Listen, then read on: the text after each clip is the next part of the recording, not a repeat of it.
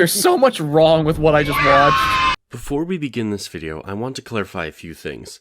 The first being that I purposely avoid including topics like politics in my content because talking politics is a very dangerous game for online reputation. That said, no one's ever made it big by not taking risks, so I'm gonna just do my best. Second is that personally speaking, I consider myself very left-leaning on the political spectrum. However, I do not want to label myself or be labeled by others simply because I don't want people to screenshot this video with the quote tweet, "Look at this dumb liberal," or something like that. With that being said, I bring up my stance because there's obviously going to be some bias in what I say, and I want to be upfront about it. So, now let's talk about Robot Bears. Oh, and one last thing, spoilers for Help Wanted 2. Five Nights at Freddy's as a series is one of the most generalized and likable horror series out there, which is absolutely why it's such a titan of indie horror today. There's something about that first game that appealed to basically everyone. It was simple but effective horror that preyed on a very common and relatable fear, that being of animatronics. If FNaF was a person, it would be that guy in your class who doesn't talk much, but pretty much everyone thinks is cool. But I believe in proper and fair media analysis. I think for something to truly be enjoyed, it has to be understood. For example, and this may be the hottest non-FNaF take yet, I actually despise the movie Ready Player One, because beneath every crazy reference or crossover moment, there's just nothing. Without the references, that movie is a hollow mess. There's no strong message that can't be fished out of a fortune cookie with your takeout. So let's turn that same critical eye over to the FNaF series and specifically examine it from an angle I so rarely see people look at it from. Is the FNaF series political? To an extent, all art in some way, shape, or form is political. Art is created due to the conditions and creativity of the artist. What they create is a reflection of themselves and the world around them. But is FNaF purposely and definitively a political series? Is Freddy a Democrat or a Republican? What's Foxy's stance on gun violence in America? Where does Montgomery Gator stand on abortion? We probably won't be solving these specific questions, but we'll definitely have fun. But first, let's start with the one time the FNaF series actually did have a pretty serious run-in with politics.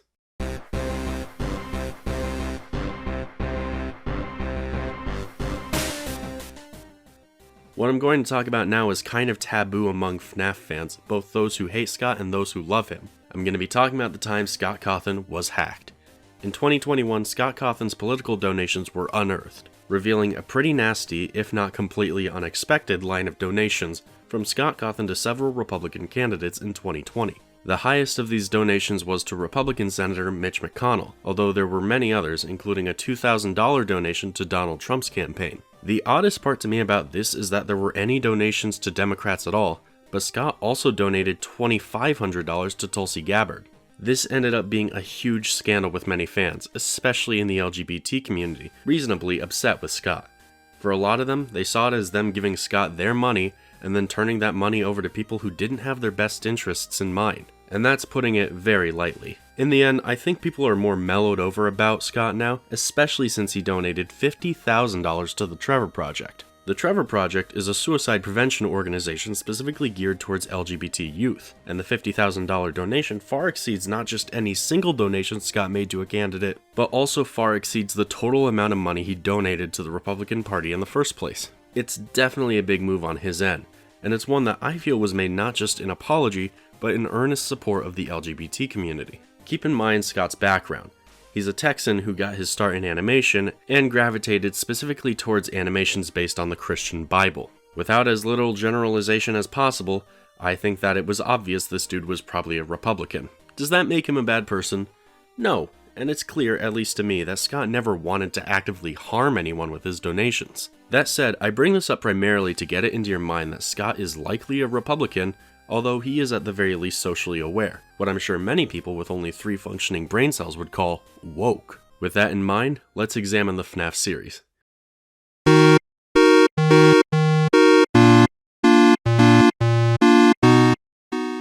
FNaF series revolves around, of course, robots, so let's start with them. What kind of political ties do the characters themselves have? Well, I mean, if you want to get as literal as possible, there are some who display some amount of patriotism, namely the FNaF AR versions of Freddy and Chica, with their unlockable skins being Firework Freddy and Liberty Chica. Firework Freddy is such a funny concept to me. There's a bit of an inside joke among some of my friends that this version of Freddy is probably very stupid and anti-PC. I don't know. Maybe it's the overalls and lack of safety precautions when handling explosives. But I know when I mention the robots themselves being political, at least half of you clenched something because you know I'm going to be talking about Mangle.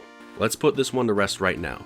Is Mangle, technically speaking, a transgender FNaF character? Well, that depends on how we define what Mangle's gender actually is. By Scott's own admission, Mangle's gender is canonically the word yes. Not just in this initial post where someone asked for Mangle's gender, but later reinforced by certain books and even Chica in space. Because of this, the pronouns with which Scott refers to Mangle literally switches mid-sentence, using he and she interchangeably. The question is though, was Mangle built as yes, or did they start out as something else? That is the question I think we would need to answer to figure out if Mangle is truly transgender and not just gender. My money though is on Mangle simply having always been this way, as Funtime Foxy, a character very similar to Mangle in appearance, is in pretty much the exact same boat.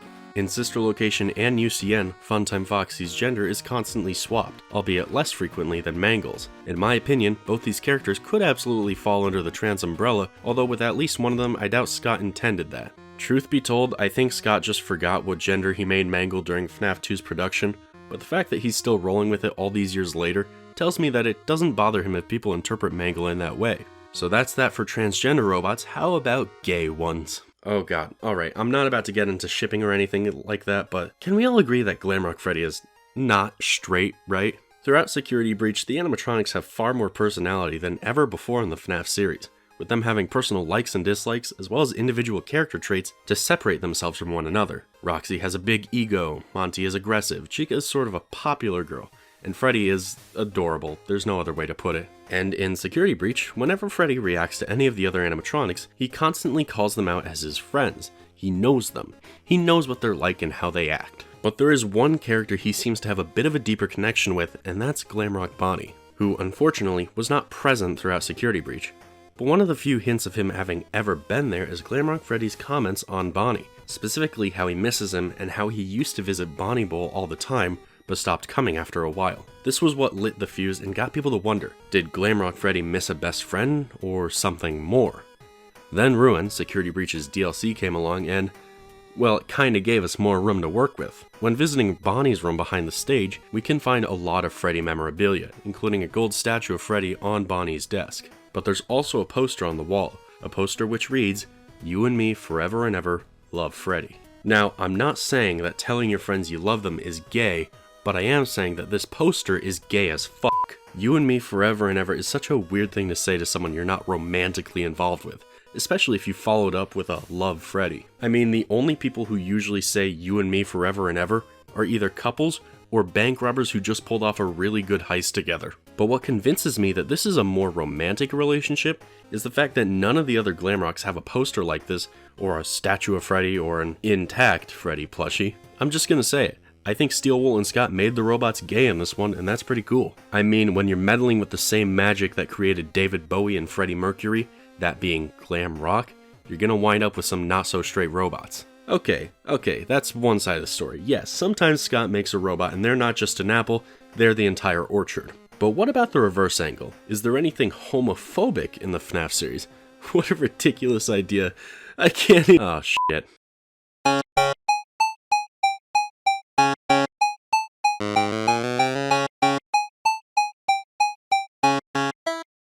Yeah, let's talk about B7.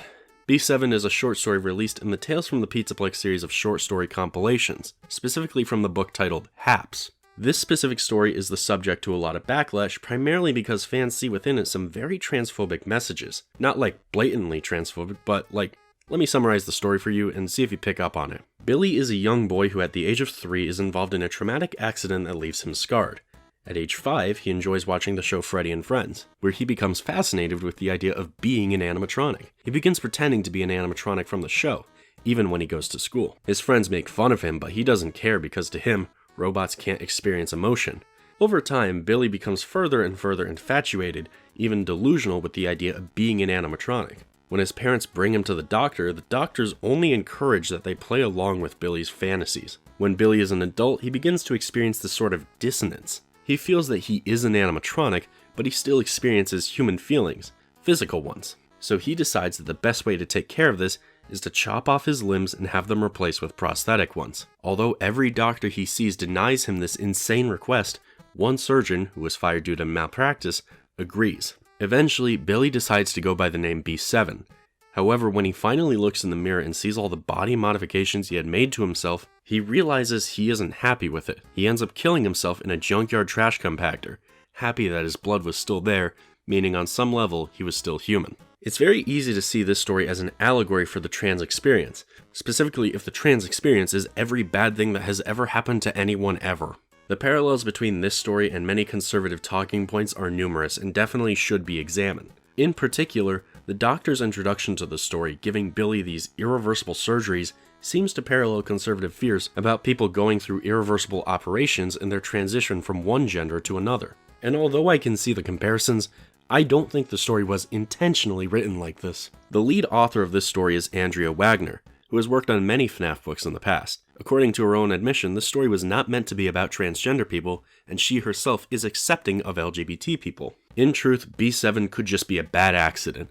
One I especially believe given how much of it actually parallels a Star Trek episode of all things. Yeah, I'm gonna go a little Trekky here. In the Star Trek The Next Generation episode, Hero Worship, we're introduced to Timmy. Timmy is the sole survivor of an accident that killed everyone else on his ship, only to be saved by the android Lieutenant Commander Data. After this, Timmy ends up becoming obsessed with Data and the idea that he is an android himself. Timmy and Billy act almost identical. Timmy alters his appearance to better resemble Data. He refuses to eat normal foods. He acts cold and emotionless because androids do not feel emotion. The Enterprise's counselor, Deanna Troi, also encourages the other crewmates to play along with Timmy's delusions because she feels it's something he will naturally move out of. In my opinion, B7 is just this Star Trek episode with a horrific twist. Timmy eventually does stop pretending to be an android. B7 is basically what I imagine what would happen if it just kept going. Granted, I have no proof Andrea Wagner or Scott Cawthon know what a Star Trek even is, but I figured it was worth bringing up because these stories are almost identical to a point, and although one comes off as transphobic, the other just doesn't. And of course, it helps that B7 has a sequel, one that seems to go out of its way to separate itself from the transgender narrative. And with all of that out of the way, I think it's time we switch things over from identity politics to more financial politics.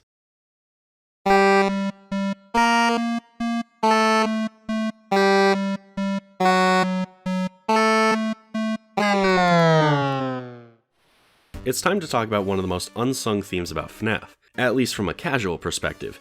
But pretty much from the beginning, these games have been about corporate greed. Let's take a look at FNaF 1 and talk about just about everything that goes wrong and why. In the FNaF 1 pizzeria, your character is earning minimum wage, potentially even less than minimum wage, for a 6-hour shift for 5 nights.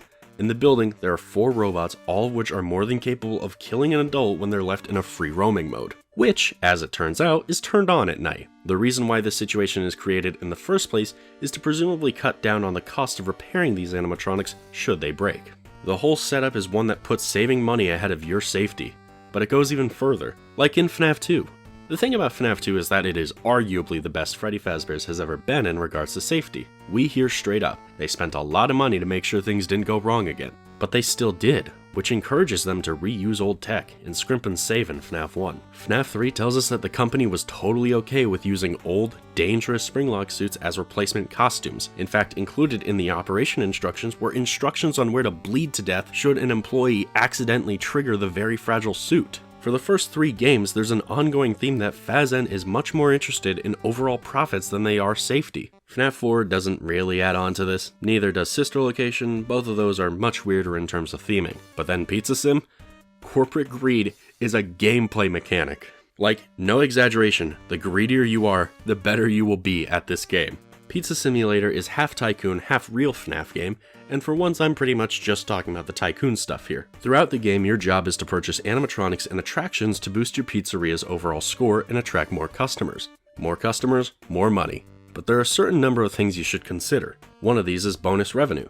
Certain attractions will generate a more passive income, while others will perform a certain duty or increase one specific stat. Overall, you want to keep your liability risk low. However, there is one test, I would say, Lefty. You see, Lefty is famously $5, but he also boasts the highest liability risk of any animatronic you can stage in the game. So it becomes a choice. Do you take the risk and save money while getting a new robot? Or do you pass on it in favor of a safer attraction? 9 times out of 10, I feel people will stage Lefty, if not more. But let's now look at these salvage sections, because, my god, these are like the most fucked up representation of exactly what I've been referring to this whole time. Sit across the table from a threat, answer a little piece of paper, get paid. Or don't, and don't get paid. The whole point of this minigame is to put yourself in the direct line of threat for a paycheck that diminishes the more cautious you are. Now, there's something to be said about how in Pizza Sim, things are definitely different because you're playing as a franchisee instead of a night watchman. However, to rebut this, there is a lawsuit mechanic. You can actually be sued in Pizza Sim if your animatronics or attractions cause injury or trauma. This is something you knowingly risk anytime you make a purchase. Your job here is to be as scummy and money-saving as possible so the building itself does not close down. This is the funniest evolution of the oddly anti-corporation themes we've seen so far. Okay. But surely they stop at Pizza Sim. That was the last what I'd call mainline FNAF game that Scott himself made. Surely the later iterations wouldn't double down on this. Well, Help Wanted may not have much in terms of anti-corporate themes, but Security Breach? It almost feels like nothing but. Almost every obstacle or problem Gregory encounters during his one nights at Freddy's comes down to Fazbear Entertainment being extremely careless and greedy. For example, have you ever considered just how many passes you need in order to actually get around the Pizzaplex? First, you need an entry pass, something that can't even really be obtained unless you enter the Pizzaplex. Want to send your kid to daycare? Gonna need a daycare pass for that. Bonnie Bowl? Get a pass. Most major attractions, you're gonna need some kind of pass, and all these passes would presumably add up.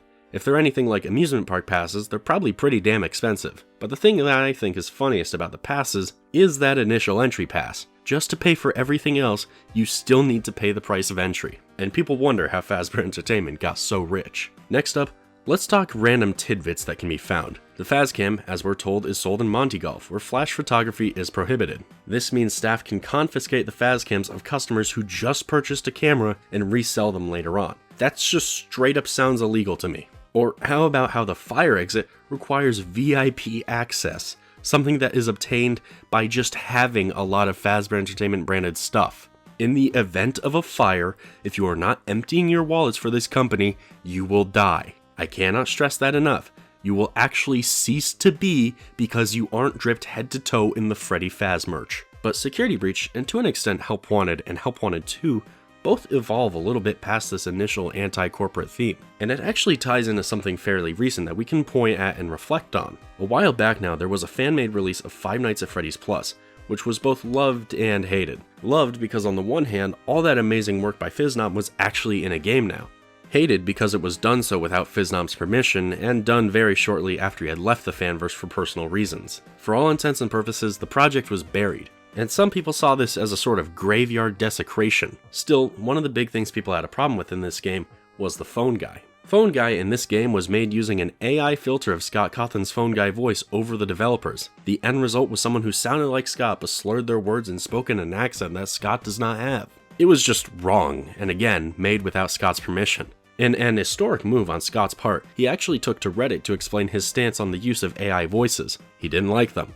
In fact, he made an effort to disapprove of any AI version of himself or any of the cast he's hired on as part of the FNAF series. Honestly, good on him for doing this. As someone who does voice work myself, I definitely don't approve of my voice being used for something like that. Anyway, why do I bring this up? Because the anti-corporate messaging in Security Breach and especially Ruin evolved beyond the initial, hey, don't big companies suck? One of the hidden stories in Security Breach details how human workers did at one point occupy the Pizzaplex. However, now things are different. The only human staff member is Vanessa, who also happens to be a crazy bunny lady. The rest of the staff have been replaced by staff bots. It will fulfill the role of a human worker, but without the need for rest. Until Help Wanted 2 anyway, but hey, maybe those ones just suck. I think the anti-corporate, anti-capitalist messaging has evolved into a conversation specifically regarding AI. You could say that this is unintentional, which I would agree with given Security Breach was in production before the advent of AI vocal mimicry and the like, but I don't think that it was an accident. Maybe Scott and Steelbull accidentally made this game feature more relevant topics, but it's still something that they definitely care about. In fact, what was that word I used 44 words ago? Mimicry. That's right, baby. In a video about FNAF and politics, I'm talking about The Mimic, and specifically one of the biggest, most important short stories in the modern FNAF timeline, that being the Storyteller. If you think I'm making a stretch connecting the AI stuff to the anti-corporate messaging of these games, look no further than this story. In The Storyteller, Mr. Burroughs is basically the one in charge of Fazbear Entertainment. He's described as extremely cold and basically your Wolf of Wall Street type. And his fancy new idea is to fire everyone who's working on writing Showtime routines or other story-based attractions, and replacing them with a computer called the Storyteller. This Storyteller ends up housing the Mimic 1 code, which corrupts the Pizzaplex and ends up killing both Edwin Murray and Mr. Burroughs. But it's made abundantly clear in this story that everything that goes wrong in the Pizzaplex is a result of corporate greed. And it's a lesson that Fazbear Entertainment simply can't be bothered to learn, I guess. Although I said there's not a lot going on in Help Wanted about this, there is one thing I wanted to mention, that being Glitchtrap is first introduced to that game's code through the scanning of circuit boards provided by Fazbear Entertainment. Why? So the developers wouldn't have to program in pathfinding. Time is money, so saving time must mean saving money. But all of that being said, Help Wanted 2 is literally all about how bad this company is at being moral, good, worth working for. Your job will have you facing deadly robots, spinning on flaming carousels, and operating on patients with no medical practice under your belt at all, using less than approved methods. I'm American. I shoot first, ask questions later. Bowling. Bowling! My own He's about to hit you with a hammer. The operation was a success. No screaming. Yay! It is legally binding. There you go. Next scenario. Okay. The patient is suffering from arcade-related injury. Puffing your own laughing gas in the middle of doing the surgery. Look, I need to calm down, you know? Patient needs to calm down, doctor needs to calm down. Now, give the patient a candy. This candy makes the patient stabilize. Yay! Alright, cool. There's so much wrong with what I just watched.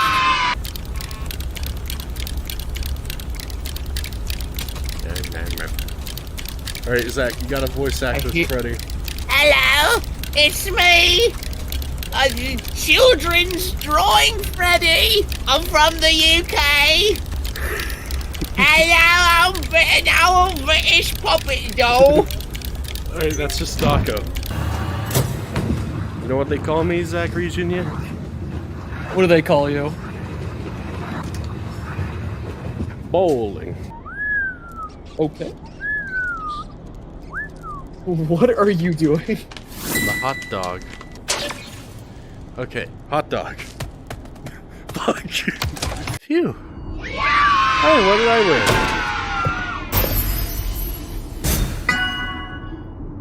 win? L Chips ad. Great. I love winning advertising. Yippee. Capitalism has gone this far now. That you as a prize you win an ad. I plan on talking a lot about Help Wanted 2 in the future, but for now, let me leave you with this.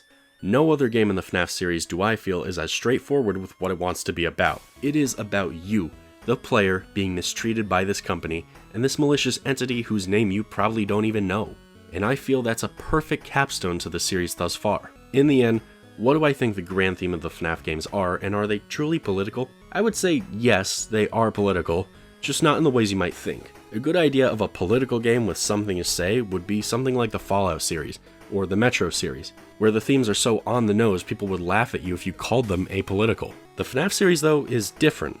Obviously, the politics are not the main thing that draws people in, nor is it something that's present in every game in the same exact way. However, purposely or not, the series has evolved to have these amazing ideas implanted in them, and I think now more than ever is something great actually being done with this part of the series that most likely originated as just a joke.